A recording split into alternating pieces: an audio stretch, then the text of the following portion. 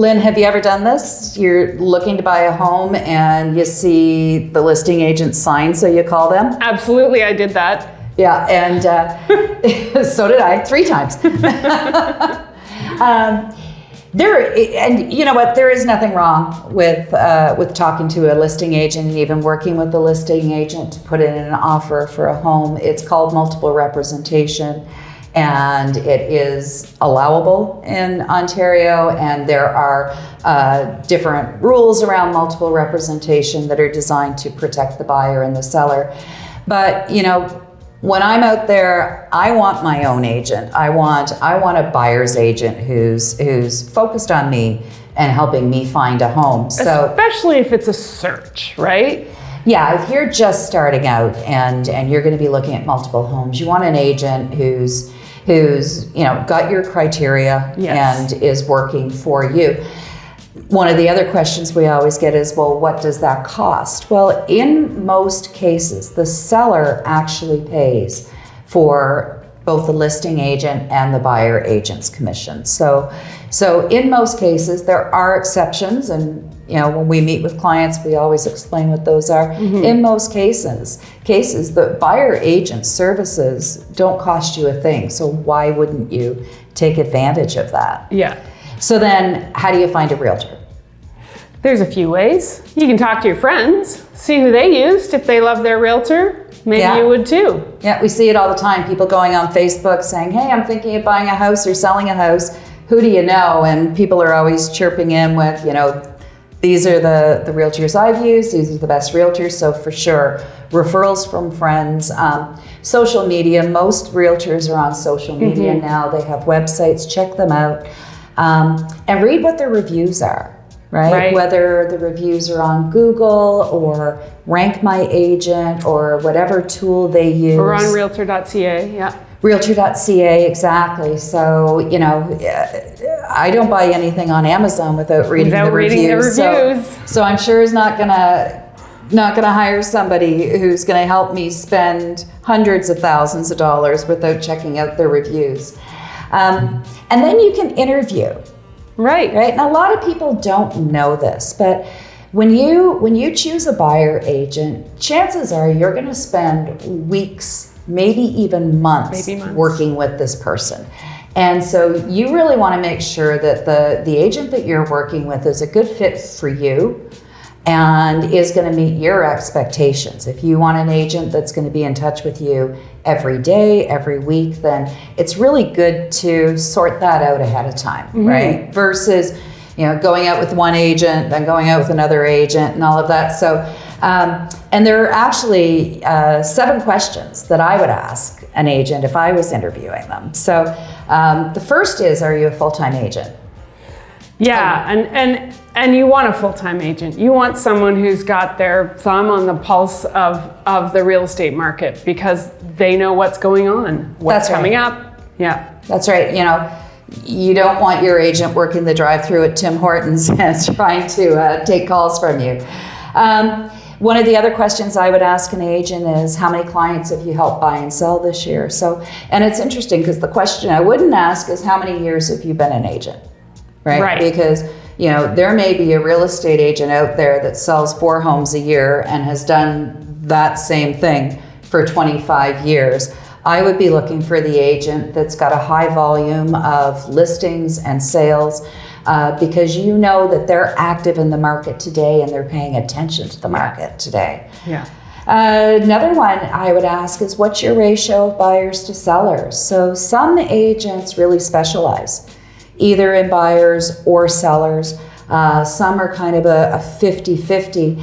And, I'd be looking for someone who's got a bit of a balance between buyers and sellers because an agent that also represents sellers understands how sellers look at an offer. Absolutely. What they're thinking about, what their concerns might be. And so it really helps when you get to negotiating to understand both ends of things. Yeah. The other is, what's your experience with the property that I want to buy? So if you're looking for a condo, you want an agent who has experience in buying and selling condos, who understands status certificate and the different rules that are in condos. And if you're looking out in the country, you want someone who's experienced with septic tanks. Yeah, nothing better than looking down a septic tank first thing in the morning. So many. Cottage properties as well. There's a lot of ins and outs with buying waterfront cottages and things like that. So asking an agent, what's your experience with the kind of property that I'm trying to buy? And then I would say another question is, what's your experience with buyers like me? Whether you're a first-time buyer, a downsizer, somebody who's moving to the city from another city, right? What is the agent's experience with working with your listing agent in Toronto or Waterloo or wherever you're coming from? Maybe you're going through something sad like a divorce, right? Does the agent have experience with that and understanding? Estates, right? We've had some experience with estates. So, understanding what's going on with the clients and making sure that the agent that you're working with has experience with people like you. Yeah, and the different situations that come up. Exactly. Regarding those. Yeah. And then another question is, in a competitive market, what are you going to do to help me win? Yeah. And that's a really good question. And, we will not always be in this seller's market, right? We will, someday be in a buyer's market. The interest rates will go up again. Yeah, and there will be more inventory, but right now it is very competitive, and nothing is more heartbreaking for a buyer than getting really excited about a home and getting that call saying, somebody else got it, they paid $5,000 more. Yeah. So, talking to those agents and saying, what are you going to do for me to help me win? What have you done for others to help them win?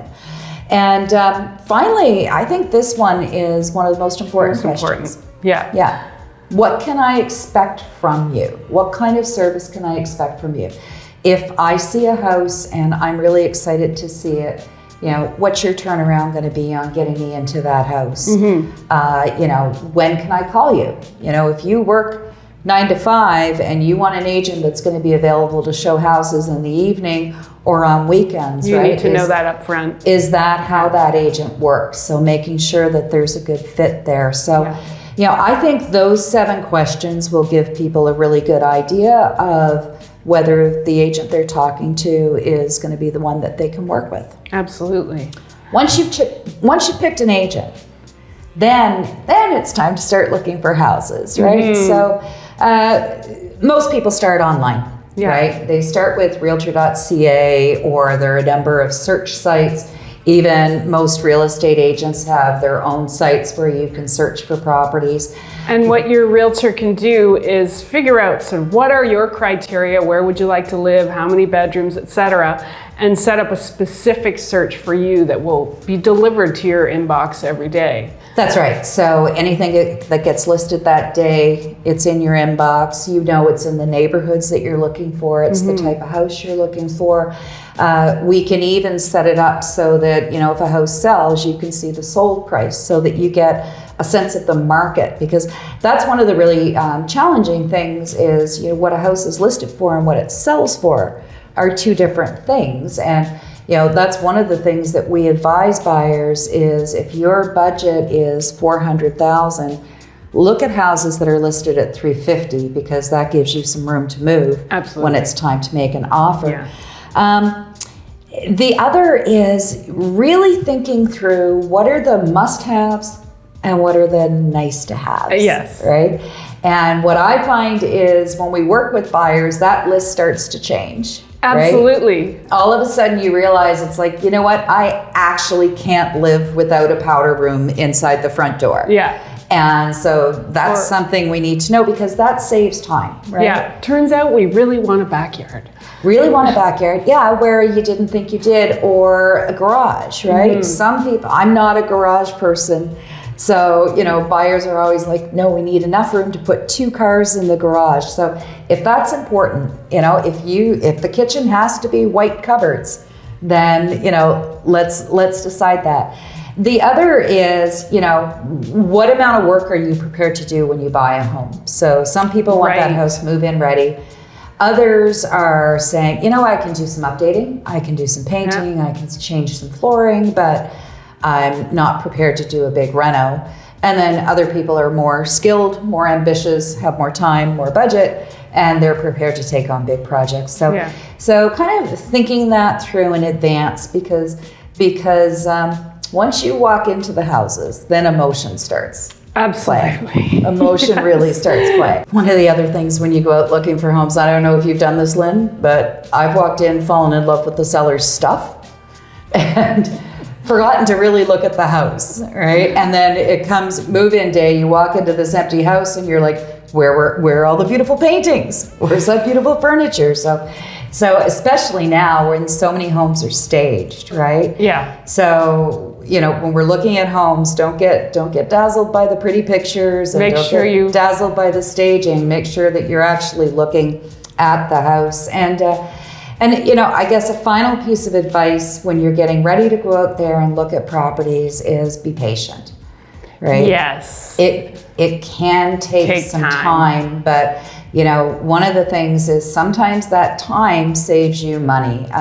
It's easy to go out and overpay for the first house that you like, but you know, understanding the market, looking at comparable properties, and sometimes just waiting until the right one hits the market and it's at the right price for you. So that's just getting us started and looking for a home. So if you want to keep learning about how to buy a home, don't forget to subscribe and check out the links that we've got below.